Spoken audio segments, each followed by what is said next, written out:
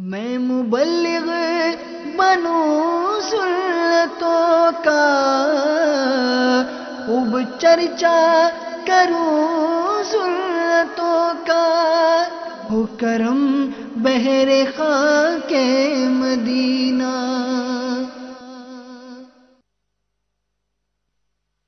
الحمدللہ رب العالمین والصلاة والسلام علی سید المرسلین، اما بعد فاعوذ باللہ من الشیطان الرجیم، بسم اللہ الرحمن الرحیم۔ الصلاة والسلام علیک یا رسول اللہ وعلی آلک واصحابک یا حبیب اللہ۔ الصلاة والسلام علیک یا نبی اللہ وعلی آلک واصحابک یا نور اللہ۔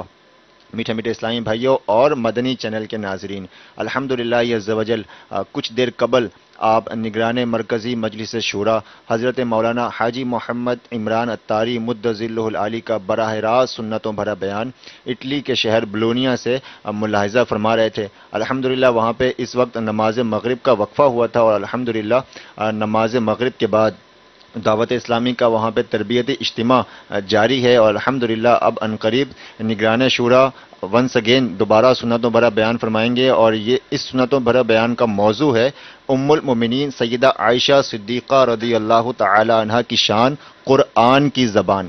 جی ہاں، قرآن پاک میں اللہ تبارک و تعالی نے سیدہ عائشہ صدیقہ طیبہ طاہرہ رضی اللہ تعالی عنہ کی شان میں کم و بیش 10 آیتیں سورہ نور میں بیان فرمائیں۔ اس کے علاوہ بھی دیگر آیتیں مختلف صورتوں میں، سورہ نساء میں اور دیگر صورتوں میں بھی، سورہ احزاب وغیرہ میں آپ کی شان بیان کی گئی۔ علماء فرماتے ہیں کہ جب حضرت مریم رضی اللہ تعالی عنہ پر تہمت لگائی گئی تو آپ کی گواہی حضرت عیسیٰ علیہ السلام نے دی۔ جب حضرت یوسف علیہ السلام پر تہمت لگائی گئی تو ایک اور بچے نے آپ کی گواہی دی، لیکن جب سیدہ عائشہ صدیقہ طیبہ طاہرہ رضی اللہ تعالی عنہ پر تہمت لگائی گئی تو آپ کی شان، آپ کی عظمت اور آپ کی پاکی کا بیان قرآن پاک میں کیا گیا۔ جی ہاں، قرآن پاک میں آیتوں کا نزول ہوا اور اللہ تبارک و تعالی نے آپ کی براءت بیان فرمائی۔ تو انشاءاللہ عز و جل ہم کچھ ہی دیر میں، بلکہ ماشاءاللہ نگران شورا کا بیان اس وقت شروع ہو چکا ہے، تو آئیے بلونیا اٹلی چلتے ہیں اور نگران شورا کا سنتوں بھرا بیان ام المؤمنین سیدہ عائشہ صدیقہ رضی اللہ تعالی عنہ کی شان قرآن کی زبان سننے کی سعادت حاصل کرتے ہیں۔ صلو علی الحبیب صلی اللہ تعالی علی محمد صلی اللہ تعالی علیہ وسلم۔ یا نبی اللہ وعلی آلک واصحابک یا نور اللہ۔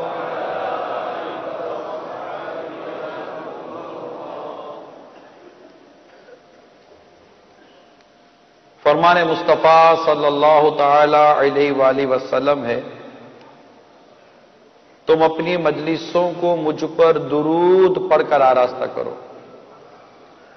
تمہارا درود پڑھنا قیامت کے روز تمہارے لیے نور ہوگا۔ صلو علی الحبیب صلی اللہ تعالی علی محمد۔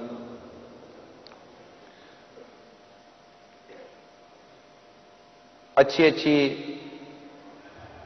نیتوں کے ساتھ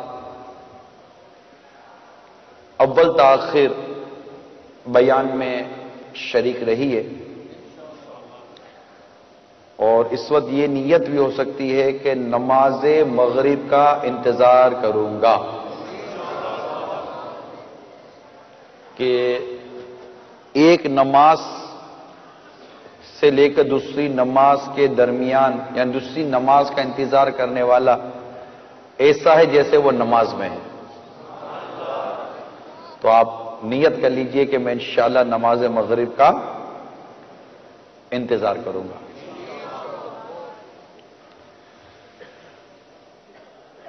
میٹھے میٹھے اور پیارے پیارے اسلامی بھائیوں اور مدنی چینل کے ناظرین، آج آپ کو تاریخ اسلام کا ایک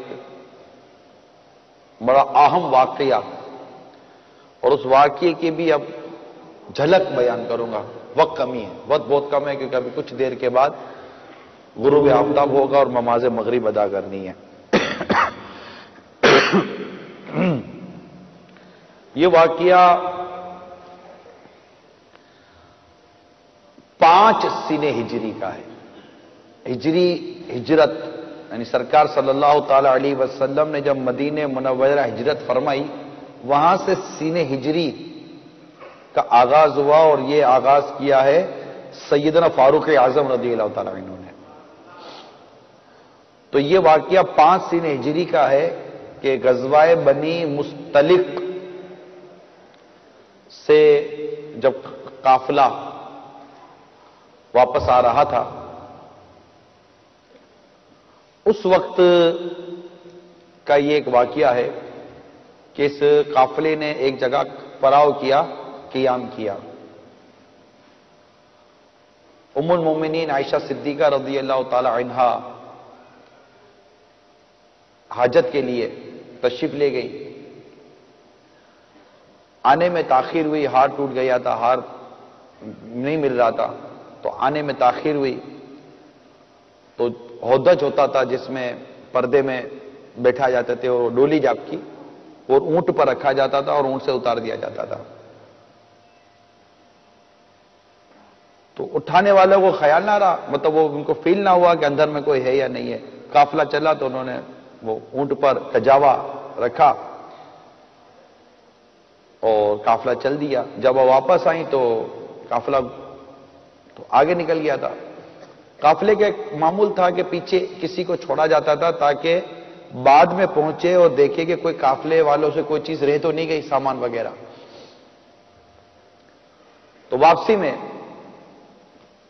حضرت صفان رضی اللہ تعالی عنہ کی وہ ذمہ داری تھی. آئے تو دیکھا تو خاتون بی بی عائشہ صدیقہ رضی اللہ تعالی عنہ انتظار کر رہی تھی کہ کوئی آئے گا تو مجھے لے جائے گا. آئے، اونٹ بیٹھا، اب سوار ہوئی اور وہ مدینہ منورہ پہنچ گئے. واقعہ ایک نارمل سا ایک واقعہ تھا، لیکن منافقین نے اسے ایشو بنایا، اور اس میں بھی جو خاص جو منافقین کا جو سردار تھا، اس نے اس کو خاص موضوع بحث بنایا، اور خوب منافقین نے امی جان ام المومنین سیدہ طاہرہ طیبہ عابدہ مفتیہ محدثہ سیدتنا عائشہ صدیقہ رضی اللہ تعالی عنہا پر تہمت لگائی، بدگوئی کی، ان کی شان میں بے ادبیاں کی.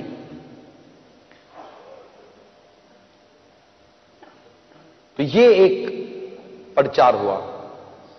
امی جان ام المومنین سیدتنا عائشہ صدیقہ رضی اللہ تعالیٰ عنہ جو کچھ فرماتی ہیں، اور اس روایت کا جو پورا مضمون ہے وہ میں اس کو بڑا شارٹ کر کے بیان کر رہا ہوں. آپ گھر تشریف لے گئیں اور 1 ماہ تک آپ بیمار رہیں، سفر تھا، پیچھے کیا ہو رہا تھا آپ کے علم میں نہ تھا، لیکن کسی سبب سے جب آپ کو پتا چلا کہ میرے بارے میں اس طرح کی باتیں ہو رہی ہیں تو آپ کے صدمے میں اضافہ ہوا، آپ کی بیماری میں اضافہ ہوا، اور آپ نے رونا شروع کر دیا. روتی رہی کہ یہ کیا ہو گیا.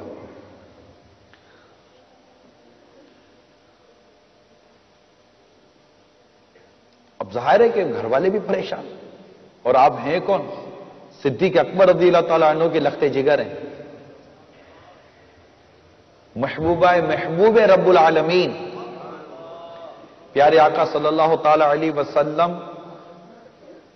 تمام امہات المومنین یعنی تمام ازواج مطہرات میں سب سے زیادہ آپ سے محبت کیا کرتے تھے. بلکہ آپ کے متعلق تو کتابوں میں لکھا ہے کہ آپ دنیا اور آخرت دونوں میں سرکار کی زوجہ ہیں.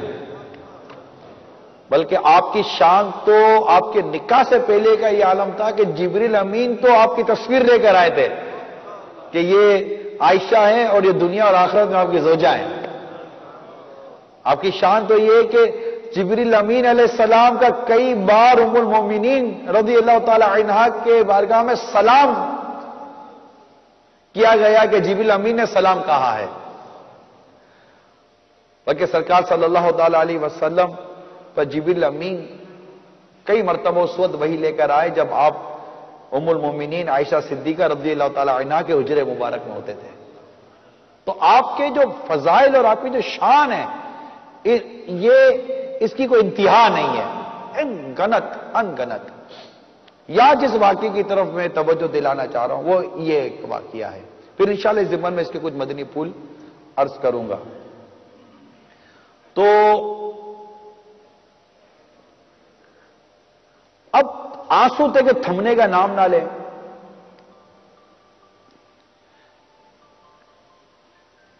ایک لمحے کے لیے بھی آپ کہتی ہیں کہ مجھے نیند نہ آئے. بھائی میٹر ایسا تھا. خود صدیق اکبر رضی اللہ تعالیٰ عنہ کے قلب پر کتنی تکلیف ہوگی. ظاہر ہے کہ جب آپ ان کی شہزادی کے لیے کوئی بات کریں گے تو جب بیٹی کے لیے کوئی بات ہوگی تو والد کو تکلیف تو ہوگی نا.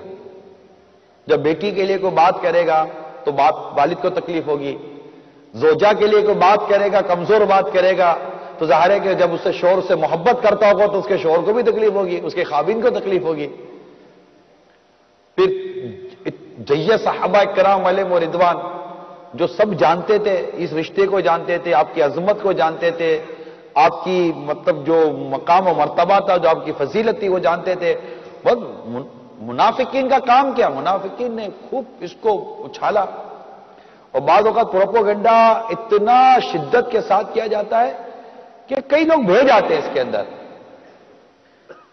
تو یہ بہت زبردست انہوں نے تباہی مچائی.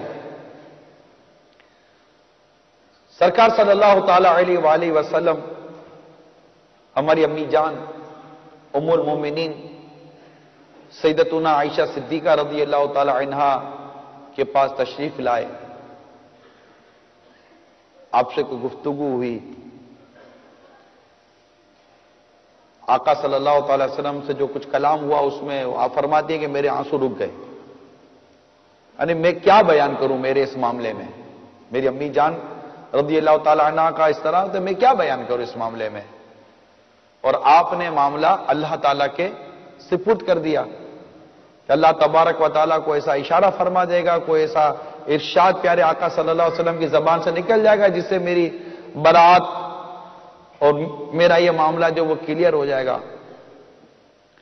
ابھی میرے آقا صلی اللہ تعالی علیہ وآلہ وسلم، ہماری امی جان، ہماری کروڑوں مائیں ان پر قربان، ہماری جانیں ان پر قربان. بہت محبت ان سے، بہت محبت ہے ان سے، بہت محبت ہے ان سے. وہ کیسا ماحول ہوگا، وہ کیسی کیفیت ہوگی کہ باہر ایک عجیب و غریب قسم کی سورش ہے، شور مچا ہوا ہے، بدنام کیا جا رہا ہے، تہمت لگائی جا رہی ہے. اب اس کمرے کے اندر آپ کے والد ماجد، ان پر کیا کیفیت ہوگی؟ آپ کی والدہ محترمہ، ان پر کیا کیفیت ہوگی؟ خود سرکار صلی اللہ تعالی علیہ وسلم جلوہ فرما ہے. خود میری امی جان ام المومنین عائشہ صدیقہ رضی اللہ تعالیٰ عنہ پر کیا کیفیت ہوگی؟ اس وقت کیا ماحول ہوگا گھر کے اندر کا؟ ایسے میں میرے آقا صلی اللہ تعالی علیہ وسلم کی حالت تبدیل ہوئی اور وحی کے آثار ظاہر ہونے لگے. جیسے ہی وحی کے آثار ختم ہوئے، میرے آقا صلی اللہ تعالی علیہ وسلم کے مبارک چہرے پر مسکراہٹ کھل اٹھی. گویا کہ میرے اللہ تبارک و تعالی نے اس وقت قرآن پاک کی آیتیں نازل کی اور ان آیتوں میں اللہ تعالیٰ نے میری امی جان کی براعت کا اور پاکی کا اعلان فرما دیا. اور میرے آقا صلی اللہ تعالی علیہ وسلم نے ارشاد فرمایا، عائشہ مبارک ہو. میں روایت کا خلاصہ عرض کر رہا ہوں. اے عائشہ مبارک ہو، تیرے رب نے تیری پاکی پر قرآن پاک کی آیتیں نازل کر دی. میری امی جان ام المومنین عائشہ صدیقہ رضی اللہ تعالی عنہ کا اس طرح کے اقوال ملتے ہیں کہ مجھے یہ تو یقین تھا کہ میری پاکی کی کوئی صورت، میری وضاحت صفائی کی کوئی صورت تو نکلے گی، مگر یہ کہ آقا صلی اللہ علیہ وسلم مجھے ارشاد فرما دیں گے، کوئی خواب میں اشارہ کر دیا جائے گا وغیرہ وغیرہ. مگر میں یہ نہ جانتی تھی کہ اللہ تبارک و تعالی اس معاملے پر قرآن پاک کی آیات نازل فرما دے گا جسے قیامت تک پڑھا جاتا رہے گا. اور واقعی ایسا ہی ہے. آج ہی اگر ہم سورہ نور کی ان آیات کریمہ کی تلاوت کرنے کے لیے بیٹھتے ہیں تو ہمارے اور قلب میں جبکہ ہمیں آتا بھی ہوگا یہ کیا پڑھا جا رہا ہے. جب سورہ نور کی آیت نمبر 11 سے جب امام صاحب قراءت شروع کریں اور پڑھتے جائیں پڑھتے جائیں پڑھتے جائیں پڑھتے جائیں کہ بے شک وہ کہ بڑا بہتان لائے ہیں تمہیں میں کی ایک جماعت. ان الذین جاؤک بالافک عصبۃ منکم، بے شک وہ کہ یہ بڑا بہتان لائے ہیں تمہیں میں کی ایک جماعت ہے. یہ منافقین کی جو جماعت تھی.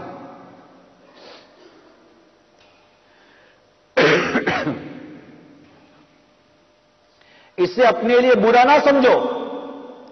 لا تحسبوه شرا لکم بل هو خیر لکم، بلکہ وہ تمہارے لیے بہتر ہے. بلکہ وہ تمہارے لیے بہتر ہے کہ اللہ تبارک و تعالیٰ نے اللہ تعالیٰ تمہیں اس پر جزا دے گا اور حضرت ام المومنین کی شان و ان کی برات ظاہر فرمائے گا. چنانچہ اس برات میں اس نے تفسیر خزان العرفان کے مطابق 18 آیتیں نازل فرمائی. کتنی؟ 18 آیتیں نازل فرمائی. تفسیر خزان العرفان میں لکھا ہے.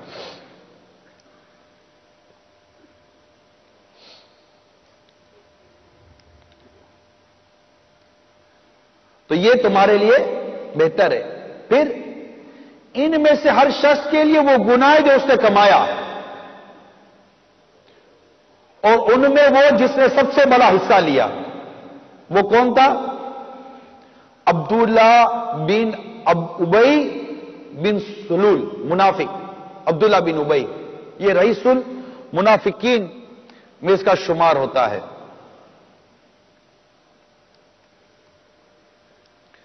اور قرآن پاک کی تو اس میں جو سب سے بڑا حصہ لیا اس نے یہ منافق تھا. رئیس المنافقین تھا، منافقوں کا بھی سردار تھا. یہ یہاں پر اس کا بیان ہوا. پھر فرمایا اس کے لیے بڑا عذاب ہے، لہو عذاب عظیم، اس کے لیے بڑا عذاب ہے آخرت میں. مروی ہے کہ ان بہتان لگانے والوں پر بحکم رسول صلی اللہ علیہ وسلم حد قائم کی گئی اور 80 کوڑے لگائے گئے. پھر اللہ تعالیٰ مزید آگے ارشاد فرماتا ہے لولا اذ سمعتموه ظن المؤمنون والمؤمنات بانفسهم خيرا وقالوا هذا افك مبين. کیوں نہ ہوا جب تم نے اسے سنا تھا کہ مسلمان مردوں مسلمان عورتوں نے اپنوں پر نیک گمان کیا ہوتا اور کہتے یہ کھلا بہتان ہے. جب ایسی بات کی تو کیوں نہ تم نے یہ کہہ دیا کہ یہ کھلا بہتان ہے،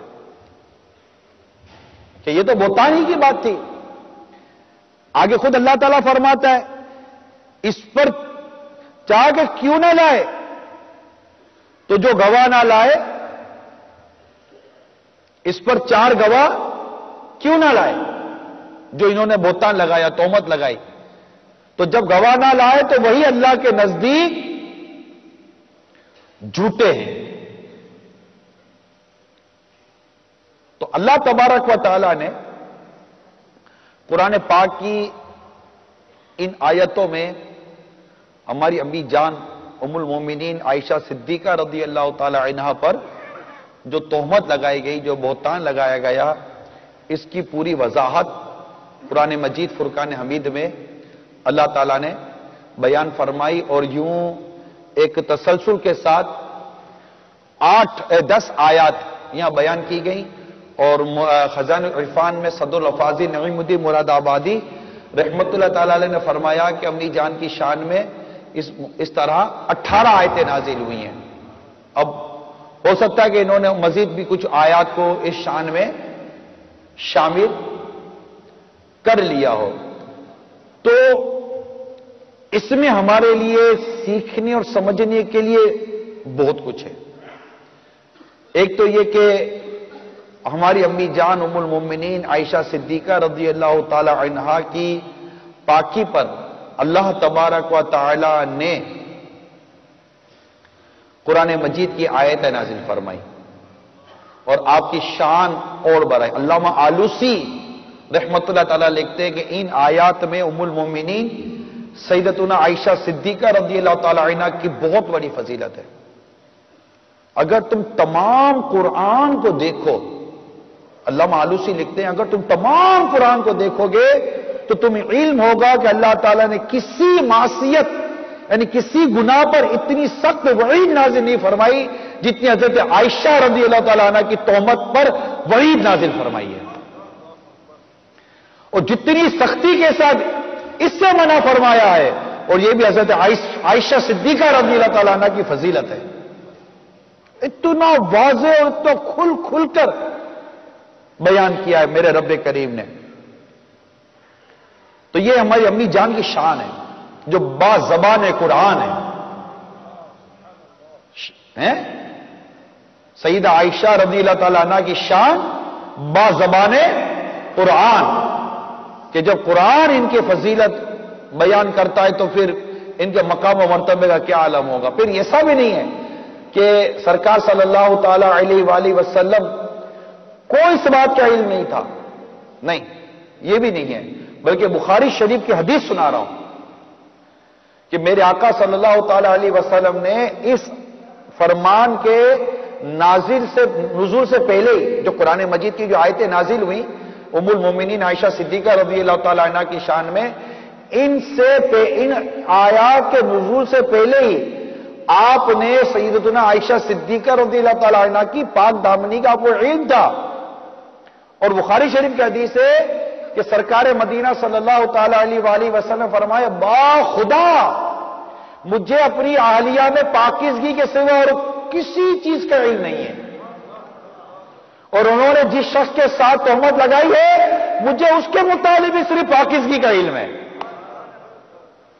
یہ شان ہے میرے آقا صلی اللہ تعالی علیہ وآلہ وسلم کی۔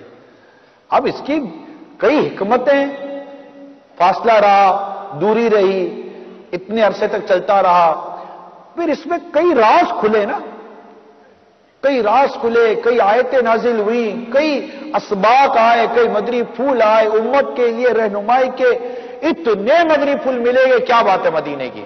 مثال کے طور پر اسی میں ایک جگہ اللہ تعالیٰ نے ارشاد فرمایا ان الذین یحبون ان تشیع الفاحشۃ فی الذین آمنوا لہم عذاب علیم فی الدنیا والآخرہ۔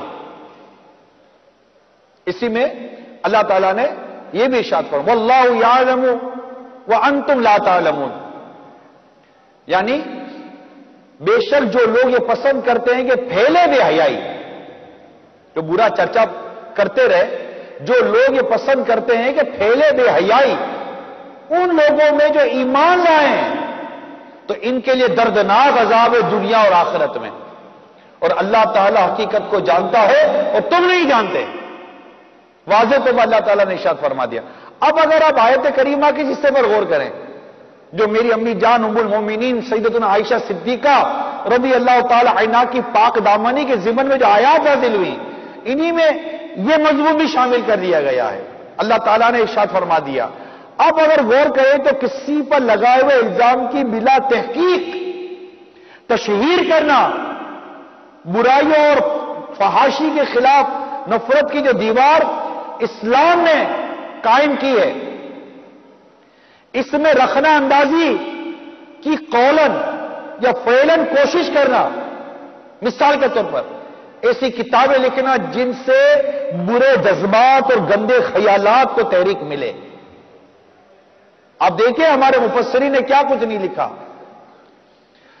ایسے گانے، ایسی تصاویر، یہ سارے غور کریں، ایسے ڈرامے، ایسی فلمیں جس سے نوجوانوں میں شرم و حیا کا جذبہ مٹتا ہو، جس کا میں تھوڑی دیر پہلے بیان بھی کر چکا ہوں، سب ان میں شامل ہیں کہ جو لوگ یہ چاہتے ہیں کہ مسلمانوں میں برا چرچا پھیلے، بے حیائی پھیلے، یہ اس پر غور کریں۔ وہ لوگ جو محض دولت کمانے کے لیے ایسی فلمیں بناتے ہیں، بڑھ چڑھ کر حیا سوز مناظر پیش کرتے ہیں، ایسے اشتہارات جن میں جنسی عریانیت سے جاذبیت اور کشش پیدا کی جاتی ہے، ایسا لٹریچر جس کی مقبولیت کا انحصار ہی گندے خیالات، برے خیالات اور گندی سوچ پیدا کرنے پر مبنی ہوتے ہیں، یہ سب کے سب قرآن مجید کی اس آیت کریمہ پر غور کریں۔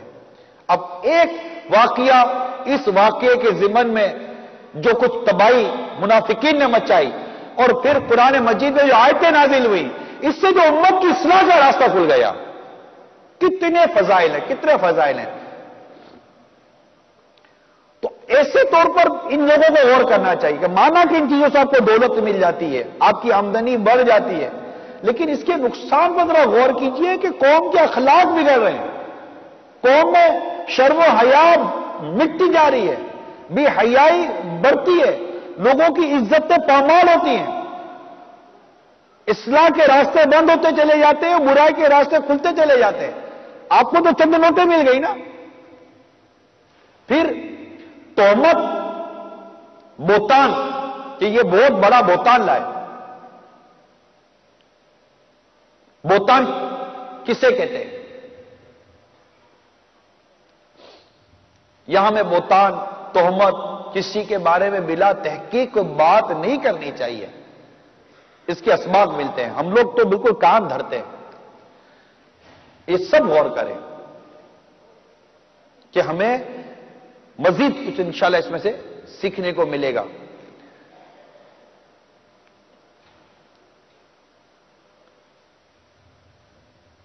کسی شخص کی موجودگی یا غیر موجودگی میں اس پر جھوٹ باندھنا بہتان کہلاتا ہے۔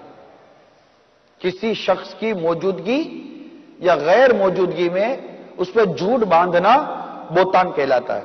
اس کو آسان لفظوں میں امیر اہل سنت نے یوں لکھا ہے کہ برائی نہ ہونے کے باوجود اگر پیٹھ پیچھے یا روبرو سامنے سامنے وہ برائی اس کی طرف منسوب کر دے تو یہ بہتان ہوا۔ مثلا پیچھے یا منہ کے سامنے ریاکار کہہ دیا اور وہ ریاکار نہ ہو، یا اگر ہو بھی تو آپ کے پاس کوئی ثبوت نہ ہو کہ یہ ریاکاری سے اس کا تعلق ہے، کہ ریاکاری کا تعلق تو باطن سے، آپ کیسے کہہ سکتے کہ یہ ریاکار ہے؟ یا اس طرح کسی کو ریاکار کہنا یہ بہتان لگانا ہوگا۔ تو اب آپ اور ہم غور کریں کہ ہم کس قدر اس معاملے میں جرأت رکھتے ہیں۔ اسلامی بہنیں جو اتنی جگہوں پر پردے کی حالت میں اجتماع میں شریک ہیں، آپ غور کیجئے، بولتے ہوئے کبھی آپ نے سوچا فلاں یوں ہے، فلاں یوں ہے، فلاں یوں ہے، فلاں، یا کسی نے آپ کو کہا تو کہیں آپ کو ایسا لگا کہ یار اس کے پاس کیا شرعی ثبوت ہے؟ آپ کو کاروبار میں، آپ کو تجارت میں، آپ کو دوست میں، فلاں میں جو ایک دوسرے کے بارے میں جھوٹی بات مشہور کرتے ہیں، اللہ کی پناہ کتنا اور ہم لوگوں کی عزتوں سے کھیلتے ہیں۔ یعنی آپ کا ایک کلمہ، ایک جملہ، چاہے کسی اسلامی بھائی کا اسلامی بہن کے لیے، اسلامی بھائی کا اسلامی بھائی کے لیے ہو، شوہر کا بیوی کے لیے، بیوی کا شوہر کے لیے ہو، ایک جملہ آپ کا اپنی زبان سے جھوٹا نکالنا آپ کو پتہ ہے کسی کی عزت کو برباد کر سکتا ہے۔ شوہر اپنی بیوی کو طلاق دے سکتا ہے، بیوی اپنے شوہر سے خلا لے سکتی ہے، ماں باپ اپنی اولاد سے نفرت کر سکتے ہیں، اولاد اپنے ماں باپ سے نفرت کر سکتی ہے، ایک پارٹنر اپنے پارٹنر کو چھوڑ سکتا ہے، ایک دوست کا قتل کر سکتا ہے، ایک عورت کے لیے نفرت پیدا کر لیتی ہے، بغض پیدا ہوتا ہے، کینہ پیدا ہوتا ہے، نفرت پیدا ہوتی ہے، صرف آپ کے بلا تحقیق جھوٹ بول دیا آپ نے کسی کے بارے میں، انگلی اٹھا دی اس کی عزت کے اوپر، ابھی سوچا کہ اس کا انجام کیا ہوگا؟ نبی پاک صلی اللہ تعالی علیہ وسلم نے ارشاد فرمایا جو کسی مسلمان کی برائی بیان کرے جو اس میں نہیں پائی جاتی تو اس کو اللہ تبارک و تعالیٰ اس وقت تک دوزخیوں کی کیچڑ پیپ اور خون میں رکھے گا جب تک کہ وہ اپنی کہی ہوئی بات سے نکل نہ آئے۔ لوگوں پر گناہ کی تہمت لگانے والوں کے عذاب کی ایک دل ہلا دینے والی روایت مزید سنیے۔ میرے آقا صلی اللہ تعالی علیہ وسلم نے خواب میں دیکھے ہوئے کئی مناظر کا بیان فرما کر یہ بھی فرمایا کچھ لوگوں کو زبانوں سے لٹکایا گیا تھا۔ اب تصور کیجئے زبان سے لٹکایا گیا تھا، جس کو زبان سے لٹکایا گیا ہوگا اس کی تکلیف کا تصور کیجئے۔ اللہ کی پناہ، کچھ لوگوں کو زبان سے لٹکایا گیا تھا، میں نے جبرائیل علیہ السلام سے ان کے بارے میں پوچھا تو انہوں نے بتایا یہ لوگوں پر بلا وجہ الزام گناہ لگانے والے ہیں.